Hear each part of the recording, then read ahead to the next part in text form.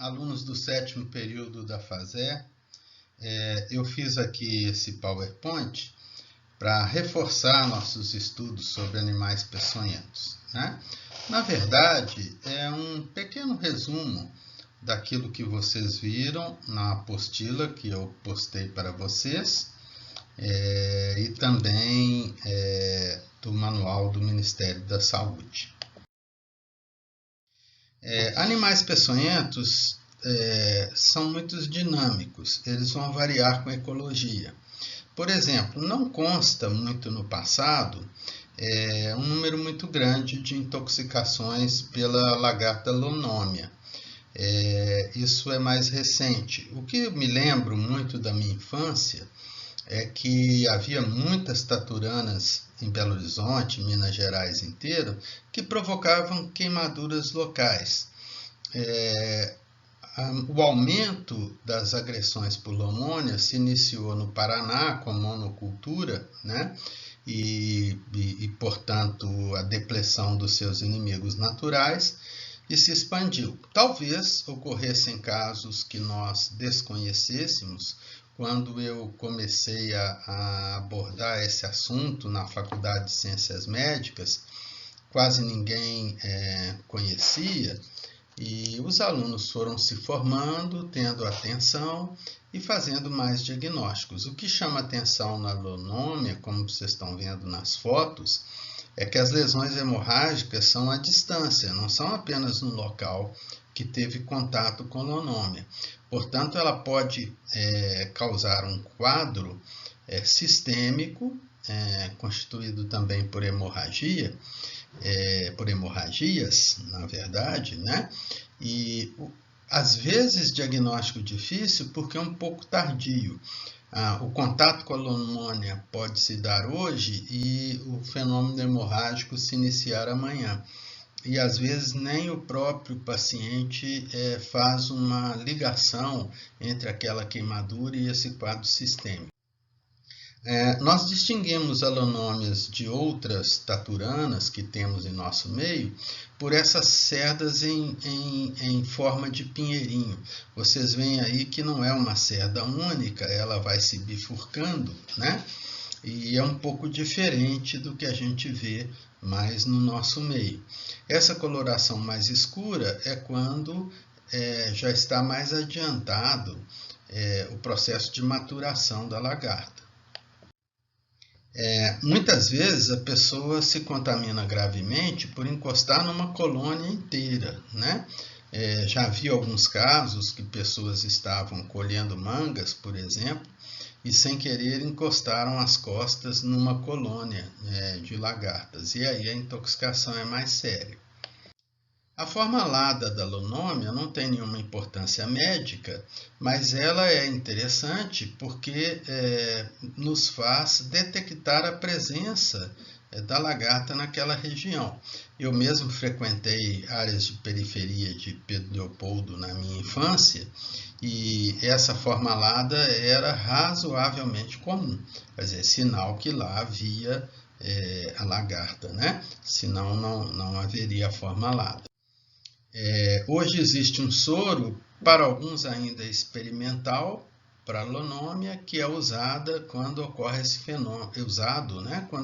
fenômeno hemorrágico.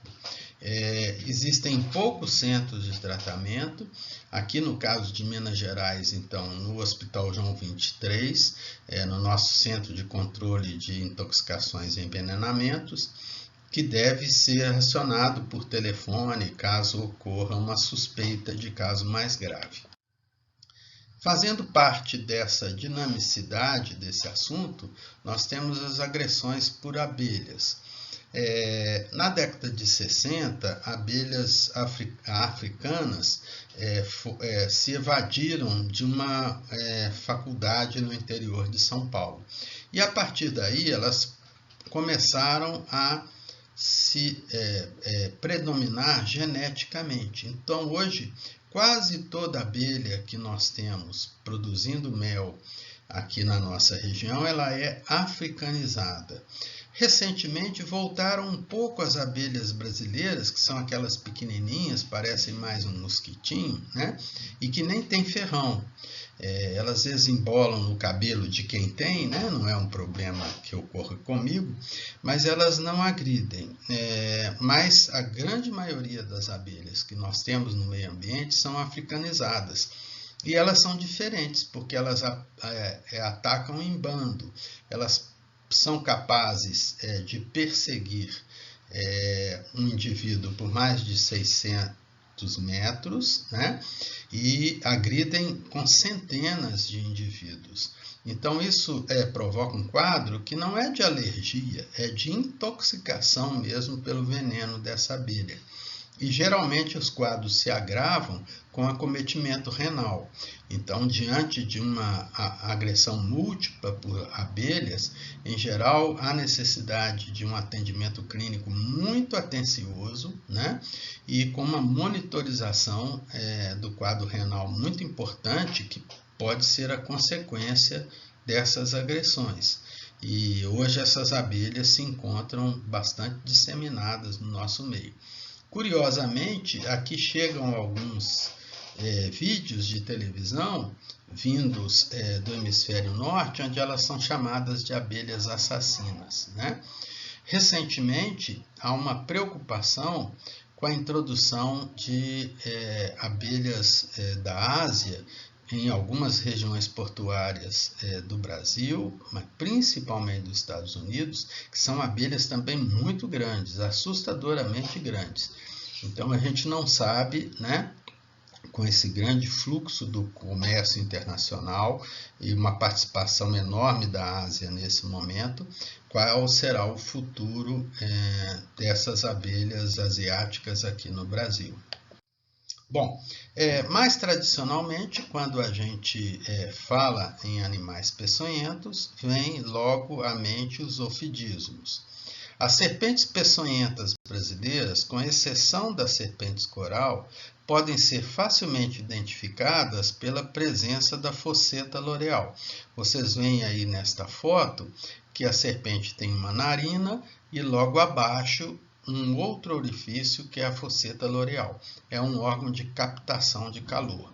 Todas as serpentes peçonhentas brasileiras, com exceção da coral, elas têm fosseta loreal. Então, se é trazido um ofídio ao serviço de urgência com relato de uma agressão, né, não é coral e não tem fosseta loreal, então você pode já descartar uma intoxicação por serpente peçonhenta, apenas observar o paciente e não submetê-lo a um soro heterólogo, que pode sensibilizá-lo e futuramente, quando ele necessitar novamente, ele já ser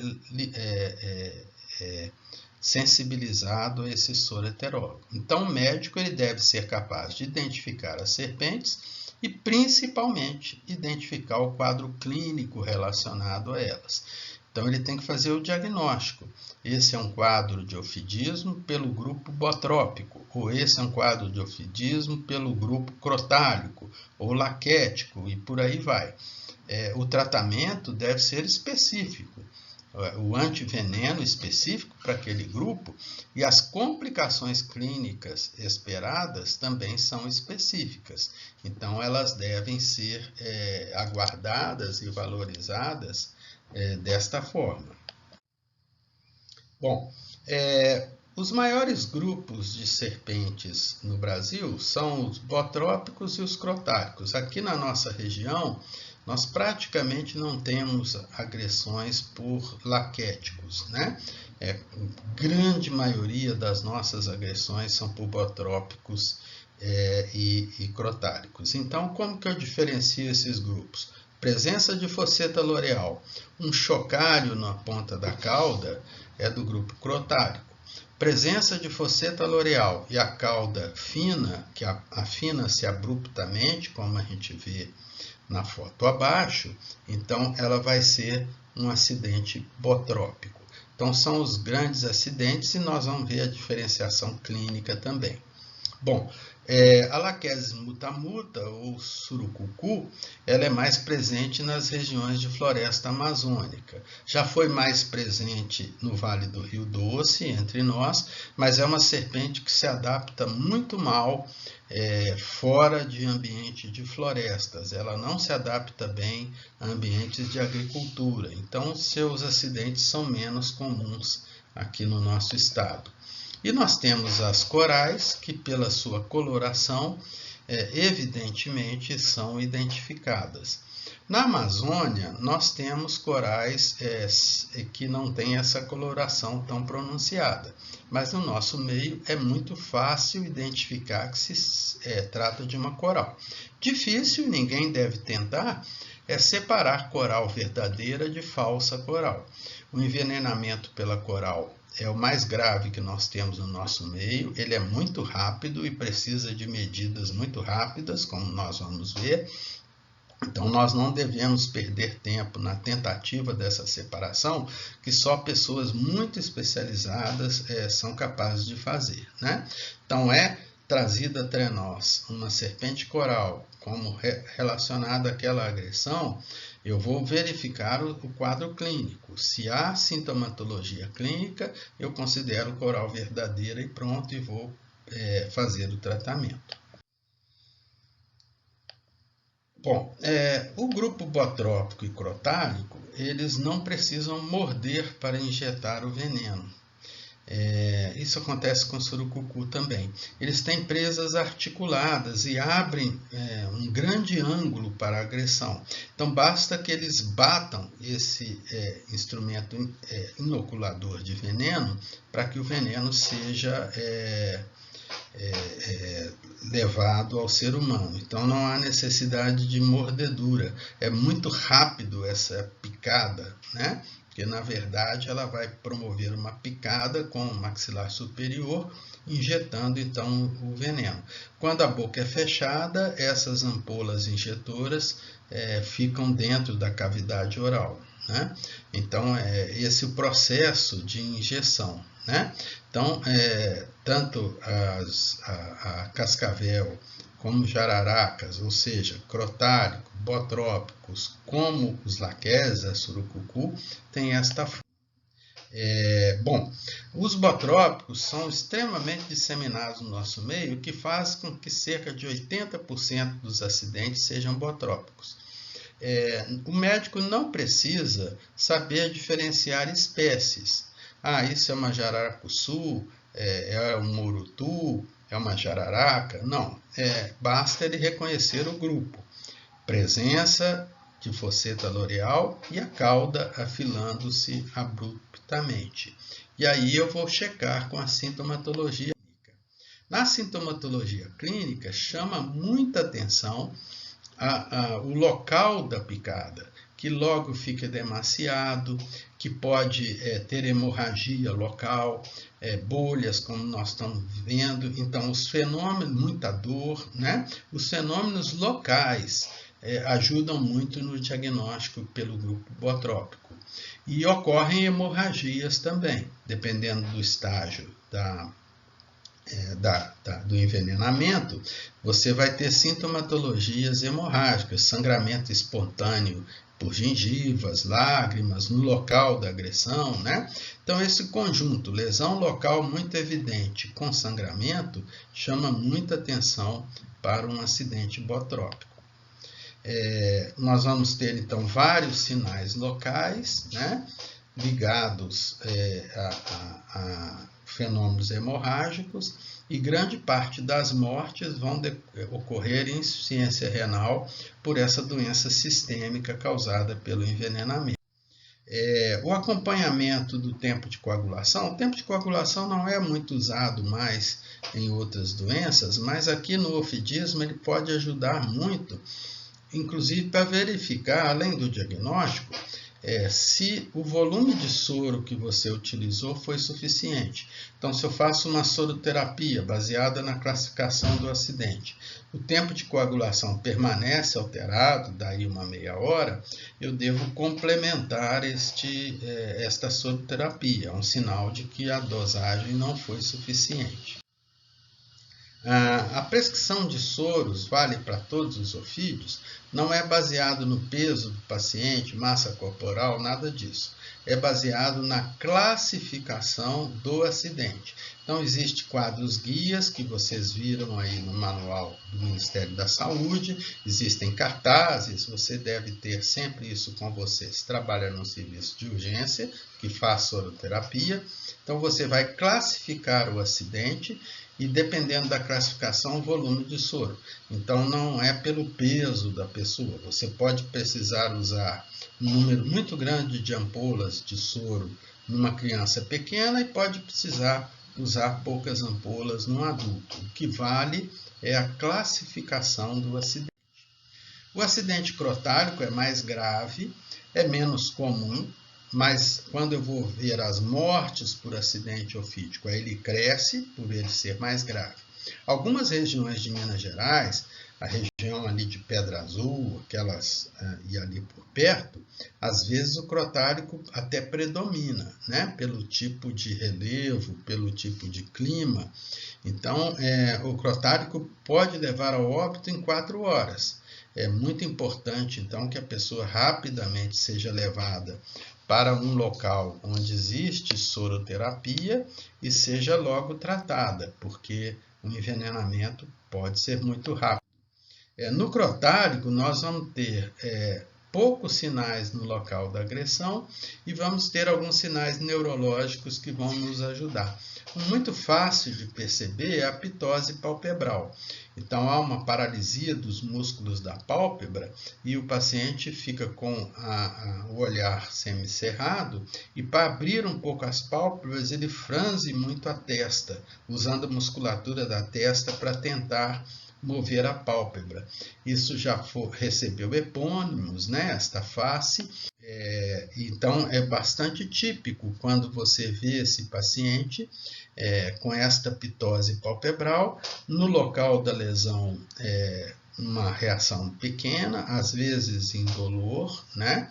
E também a cascavel, os crotálicos, promove uma mioglobinuria. Então, você pode ter a urina marrom pela presença de mioglobulinas. Pode haver hemorragia também, não tão comum, mas pode fazer parte do quadro crotálico, né? Mas a urina marrom, com a presença de mioglobinuria, é bastante importante. Também na cascavel, o quadro vai ser classificado por sinais clínicos que vai determinar a quantidade de soro que eu vou utilizar. A Lachesis mutamuta é muito grande, é a maior serpente peçonhenta das Américas, portanto ela injeta muito veneno, ela tem a cabeça muito grande, né? É chamada pico de jaca, né? Em algumas regiões, pela sua extensão, e nós a identificamos pela presença de fosseta loreal e a cauda principalmente, mas todo o corpo, com essa espécie de escama, como se fosse escama de peixe, né? Então, uma serpente bastante grande, fosseta loreal, e a cauda parece ter essas escamas relacionadas a peixe. Sobrevive muito pouco fora do meio ambiente. Os produtores de soro têm certa dificuldade de manter lá a Lachesis. Quando a gente fazia exposições dessas serpentes numa faculdade de medicina, nós paramos de levar a Lachesis, porque muitas vezes, quando elas voltavam para o terrário na Fundação Ezequiel Dias, elas podiam morrer. Então, são muito frágeis nessa questão ambiental. E com a grande destruição da natureza que houve no nosso estado, elas foram ficando muito raras e é um problema mais sério lá do norte do Brasil. Ela vai provocar reações locais muito intensas e um quadro um pouco diferente do quadro sistêmico do botrópico, porque aqui vai haver sudorese, vai haver arritmia, alguns sinais mais ligados ao simpático parasimpático, diarreia, né? Então, os médicos do norte identificam melhor. O problema é que, como é uma serpente de floresta, por exemplo, se um seringueiro é ferido lá na sua atividade, até pela via hídrica que é usada no norte, ele chegar num local que existe soro, às vezes ele chega já com um quadro mais avançado e de mais difícil tratamento, né? Felizmente não é um grande problema aqui no nosso meio. O envenenamento mais grave que nós temos é pelas corais, às vezes fruto até de brincadeiras. Ela tem uma boca pequena, não articulada, ela precisa morder, os seus dentes são pequenos, então ela não tem facilidade de agredir, mas às vezes pela sua beleza, crianças e outros vão brincar. Todas essas serpentes peçonhentas têm hábito mais noturno, então é mais perigoso haver o acidente à noite. Quando amanhece, elas tentam se intocar, ir para algum lugar escuro e ficam mais quietas, né? E a coral, que às vezes é pequena, isso não resulta em ferimento menos grave, são intoxicações graves, elas podem entrar em orifícios muito pequenos, como canos, mangueiras. Nós já tivemos acidentes quando as pessoas foram naquela coisa que se usa às vezes, com a boca tentar desentupir uma mangueira que a água não saiu direito e acabam sendo agredidas ou mesmo ingerirem a coral, levando a quadros muito graves. Nós já vimos publicações de casos de ingestão de coral nessa tentativa de desentupir uma mangueira e que levaram a casos fatais, né? Há inclusive as radiografias mostrando a serpente no interior da pessoa. São pequenas, mas podem levar a quadro muito grave, pouca reação local e um quadro neurológico que se instala muito rapidamente. Também pitose palpebral, também diplopia, como no crotárico, mas rapidamente se instalam paralisias musculares mesmo, inclusive levando à paralisia respiratória, né? Em 30 minutos após a agressão, você pode ter um quadro muito grave. Felizmente, os quadros são menos comuns. Em Uberlândia, na Universidade Federal, nós temos grandes conhecedores de ofidismo, alguns vieram inclusive da USP, fizeram ali uma geração de colegas muito capacitados nesse diagnóstico, e nós tivemos casos de agressão com sobrevivência, o que não é comum, né? Muitas vezes os acidentes são fatais entre nós. Também a soroterapia vai ser baseada na classificação do quadro. Às vezes, então, você tem um acidente muito rápido, muito grave, a soroterapia baseada no diagnóstico, então nos sinais, né? E nós vamos ter essa intoxicação neurológica muito rápida, que pode evoluir com uma insuficiência respiratória aguda. No caso da coral, às vezes você não usa apenas o soro, usa algumas substâncias que podem auxiliar lá na sinapse, onde ocorre a ação desse veneno. Então se faz um teste com neostigmina, vocês têm isso bem descrito no manual, né? Dependendo desse teste, o paciente vai receber outras drogas que vão auxiliar nesse tratamento. Nós temos que desmistificar muita coisa que se faz no pronto atendimento do acidente ofídico, então orientar a população que a prevenção se faz com o uso de botas mais longas, uso de luvas de couro na coleta, porque nas épocas de coleta do café, épocas do corte de cana, aumenta muito o ofidismo, né? Já na periferia das grandes cidades, onde o ofidismo também é comum, é mais difícil a pessoa estar portando esses equipamentos de proteção. Havendo agressão, não deve-se fazer nada no local, lembrar que a maioria é bootrópico. Se eu ferir o local, se eu tentar tirar o veneno, eu vou complicar muito a lesão local. Então é só mocinho de filme de Hollywood que põe a boca lá no local, chupa o veneno e cospe. Isso não existe. O veneno está todo espalhado ali no tecido, né? Se você colocar a boca lá, só vai contaminar o veneno. Também tem-se a cultura de colocar substâncias ali no local que vão comprometer muito a evolução da lesão local. Então, o mais importante teve o acidente, deita a pessoa e leva para onde tem soro. Se for possível levar o animal, bom. Se não for possível, não tem problema. O médico deve fazer o diagnóstico pelo quadro clínico. Os soros, lembrando, devem ser bem conservados, entre 2 e 8 graus, como as vacinas, né? Aquela coisa de ter soro na prateleira, levar soro dentro da mochila e tal, não é adequado, porque o soro vai perdendo potência quando ele sai dessa temperatura. Então, ele deve ser muito bem controlado, né, nessa questão. Bom, um outro problema sério de animais peçonhentos que nós temos, aqui em Minas, em algumas regiões, em termos de mortalidade, rivaliza com o ofidismo, é o escorpionismo.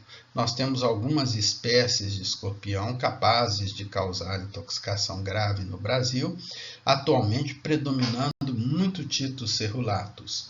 O Titus cerulatus ele é do tamanho de uma caixinha de fósforo, é conhecida como escorpião amarelo, né? Também tem hábito noturno, mas tem tanto escorpião em Minas Gerais que em muitos bairros das cidades você vê até durante o dia.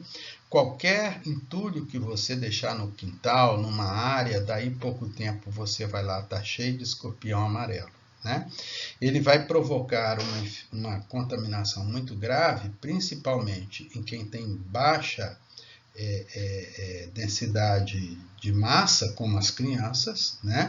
Então, a possibilidade de caso grave é maior abaixo de 12 anos de idade e também nos idosos. Muitas vezes esse acidente vai acontecer quando a pessoa tenta calçar um sapato, né, que ele deixou ali no meio ambiente, e aí ele sente uma pontada de dor muito forte quando ele introduz o pé dentro do calçado. Então, a picada por escorpião é muito dolorosa, independente se vai evoluir para um quadro grave ou não, é muito dolorosa. Todo paciente de baixa massa muscular, toda criança, todo idoso, mesmo que chegue ao serviço apenas com dor, ela deve ser observada adequadamente, período de 6 a 12 horas, dependendo do paciente, do protocolo daquele serviço. Começou a aparecer algum sinal, arritmia, sudorese, qualquer sinal de intoxicação geral, o ideal é que ele seja tratado em terapia intensiva.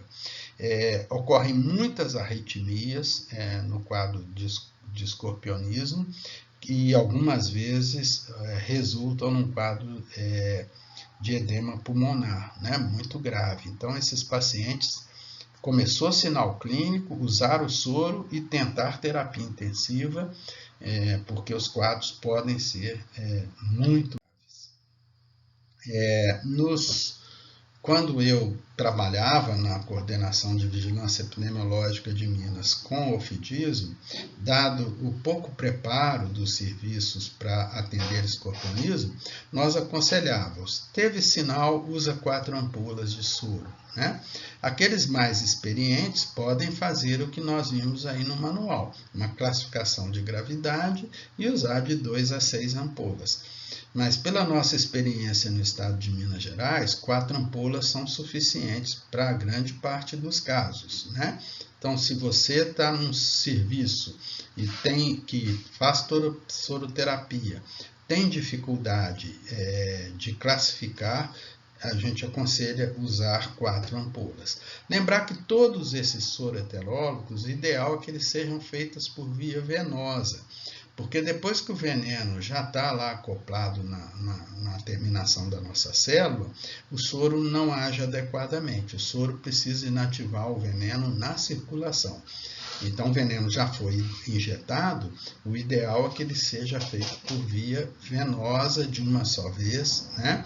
Aqui em crianças muito pequenas, dependendo do volume, você pode fazê-lo, mas nunca em mais de 30 minutos, de 20 minutos, é uma urgência, deve ser feito rapidamente, né? Na falta do soro escorpiônico, nós podemos usar o antiaracnídeo polivalente, tem também esse veneno. No caso de aranha, só locais assim mais especializados fazem o tratamento, mas nós devemos pelo menos saber reconhecer, né?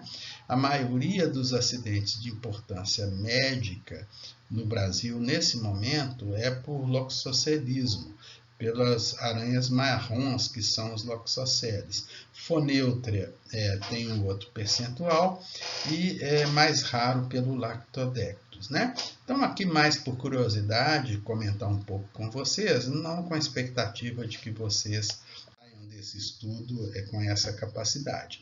A fonêutria é chamada de armadeira e ela tem esse... Bom, antes dizer, essas aranhas peçonhentas que levam de importância médica, elas são de tamanhos médios. Então, cefalotórax de 2 a 4 centímetros. As aranhas muito pequenininhas e muito grandes geralmente não são peçonhentas, né? Então são essas aranhas de porte média. A fonêutria é chamada de armadeira porque quando ela se irrita ou teme, ela senta nas patas de trás e dá tipo um bote, um pulo mesmo, né? Ela é muito comum em bananeiras.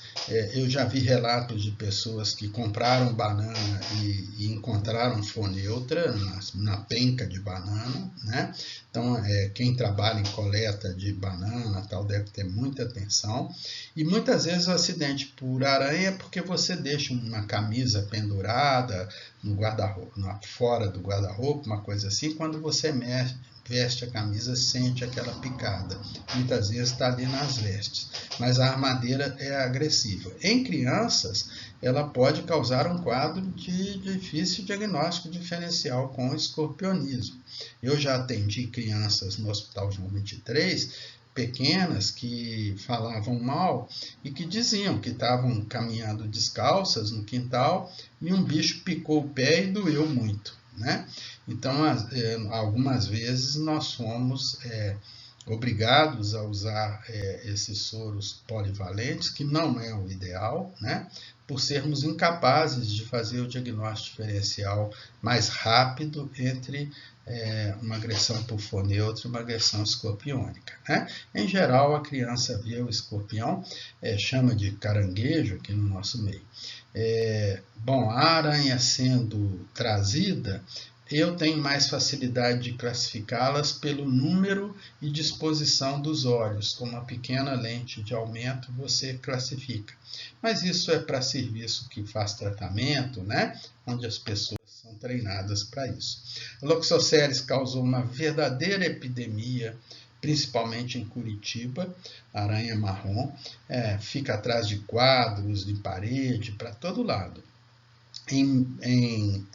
Aqui em Belo Horizonte foi feito um trabalho que eu tive a oportunidade de ler, se não me engano, pelos alunos de Ciências Biológicas da PUC, que encontraram aranhas marrons em muitas residências do bairro Serra, de outras regiões de Belo Horizonte. Então, nós temos aqui Loxosceles. A Loxosceles causa um local, às vezes, importante. E, como eu disse, às vezes a pessoa não percebe, ela encosta o braço lá numa cachoeira, tal, está saindo na vegetação, encosta um braço, sente a picada e depois a picada vai evoluindo e vai se necrosando. Muito comum com a camisa, né? Você veste a camisa, ela estava ali dentro da camisa e pode levar a lesões locais muito importantes, né? Portanto, deve ser sempre valorizada essas lesões locais que o paciente não sabe relatar adequadamente o que aconteceu. A soroterapia também vai ser baseada na classificação do acidente, como nós estamos vendo aqui. A Lactodectus, também conhecida como viúva negra, vocês estão vendo ali que a fêmea não é toda negra, mas ela tem esse nome. é mais achado em vegetação de litoral. Nós já tivemos alguns casos aqui no sul de Minas, mas não é comum em Minas Gerais o acidente por Lactodectus. Ela pode também simular um quadro mais grave de escorpionismo e ser grave em crianças, né?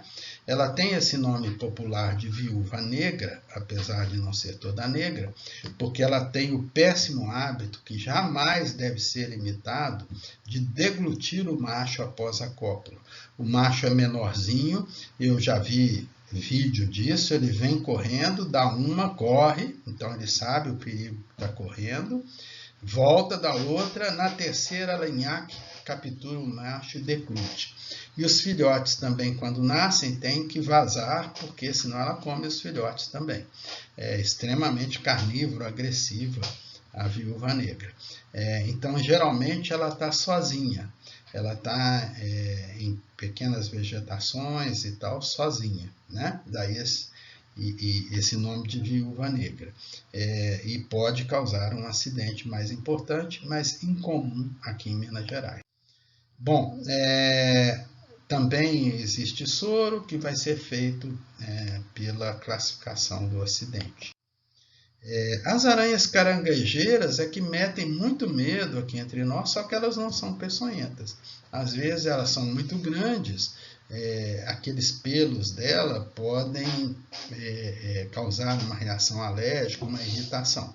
Nós temos a licosa, muito comum nos jardins, nas gramas aqui em Minas Gerais, porte médio também, que tem peçonha, mas o acidente é muito leve, um pouquinho de dor local, ela não tem tanta importância médica, embora ela seja muito útil para a gente ensinar as pessoas sobre como é o formato dessas aranhas mais peçonhentas, posto que ela é mais comum. Bom, os acidentes peçonhentos, eles constituem algumas vezes em urgência.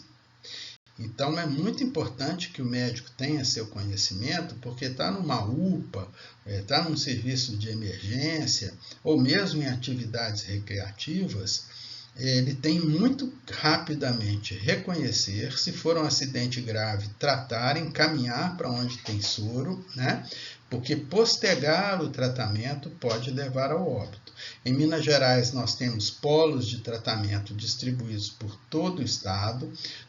Qualquer região de Minas está a menos de 4 horas de um polo de tratamento, então o médico deve saber onde é a referência de tratamento na região dele, para não fazer o paciente perder tempo, encaminhar para cidades que também não tem soro, isso vai só postergando, né? Então é muito importante. Eu estou numa cidade de Minas, onde é o nosso polo de tratamento de soro? A Diretoria Regional de Saúde daquela região sabe te informar, né? Para que você encaminhe o paciente adequadamente. Bom, espero que vocês leiam a nossa apostila, passeiem pelo